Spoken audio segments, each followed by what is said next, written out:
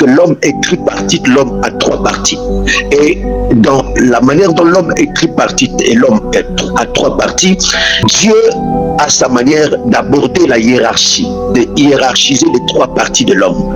Et les hommes aussi ont leur manière de hiérarchiser les trois parties qui composent l'être humain. La logique hiérarchique des hommes sur l'être humain commence par corps, âme et esprit.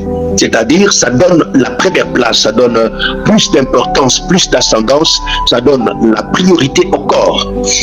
En sorte qu'il y a même des hommes qui ne savent même pas qu'ils ont des esprits, parce que nous sommes nés, on nous donne conscience sur notre corps. Depuis le bas âge, on nous apprend des choses sur notre corps. Comment laver le corps, comment protéger le corps, comment faire dormir le corps, comment tout est centré sur le corps. Tellement que le corps vient en premier, il y a même plusieurs personnes qui ne mettent pas d'accent sur leur esprit, qui s'en occupent même pas. Il y a même celles de cette personne qui ne savent même pas qu'elles ont un esprit.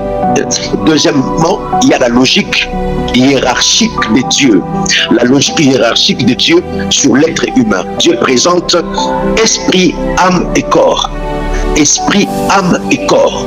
Donc Dieu donne de l'ascendance, de la priorité, il donne de l'importance première à l'esprit. L'esprit, l'âme et le corps. 1 Thessaloniciens 5, verset 23, c'est différent. Quand on dit corps, âme, esprit, et quand on dit esprit, âme et corps, c'est différent. Quand on dit esprit, âme et corps, c'est que Dieu veut que l'homme soit d'abord esprit, c'est dans la logique de la création. Dans la logique de la création, l'homme est un esprit qui possède une âme qui habite dans un corps. Donc l'homme doit d'abord, il est esprit. Son être, c'est l'esprit. Après, il possède une âme et il habite dans un corps. Le corps n'est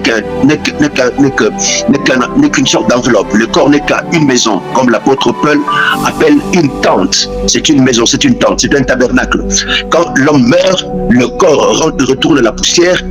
L'âme va dans les séjours de mort, soit dans les seins d'Abraham, selon que quelqu'un est païen ou quelqu'un a reçu Christ dans son cœur. Mais l'esprit va auprès du Créateur, parce que l'esprit est sorti du Créateur, l'esprit a été créé dans la ressemblance avec le Créateur. L'esprit rentre auprès du Créateur. C'est comme ça que Jésus avait dit, Père, entre tes mains, je remets mon esprit. Parce que l'esprit doit être remis là où c'est venu. L'esprit est venu de Dieu et l'esprit rentrera auprès de Dieu. Mais l'homme dit le corps, l'âme et l'esprit. C'est différent.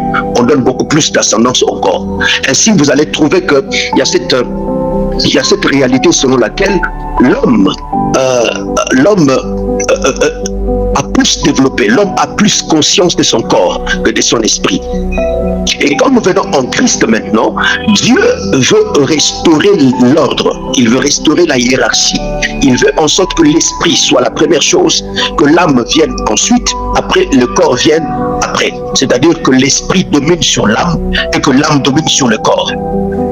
Il veut que l'esprit soit le titulaire, que l'esprit soit le leader. Parce que le Saint-Esprit, la vie de Dieu que nous avons reçue est à l'intérieur de notre esprit. Et donc, nous voulons travailler sur la spiritualité parce qu'il est important de commencer à s'occuper de votre esprit, puisque ça fait beaucoup d'années que vous ne vous en occupez pas.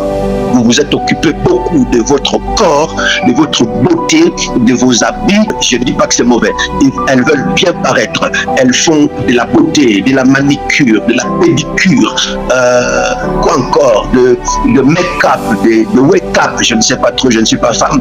Mais après, aujourd'hui, les femmes sont en train d'aller plus loin. La chirurgie esthétique, les femmes se refont, sont en train de se refaire le corps, sont en train de se refaire le nez. J'ai même vu sur les réseaux sociaux, il y a une demoiselle du Congo, mon pays, qui venait de se refaire les lèvres. Elle vient de se refaire le lèvre pour avoir des lèvres pulpeuses, pulpeuses, séduisantes. Pulpeuse, séduisante et tout ce que vous voulez. Les femmes se font des choses. Elles peuvent gaspiller, dépenser pour les cabellos, dépenser pour la chevelure, dépenser pour le corps. On refait chaque partie du corps de la femme, on peut la refaire. C'est pour que la femme soit belle, qu'elle se sente bien dans sa peau.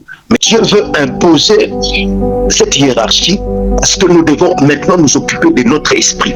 On s'occupe de l'esprit et on s'occupe de l'âme. Après, on s'occupe du corps.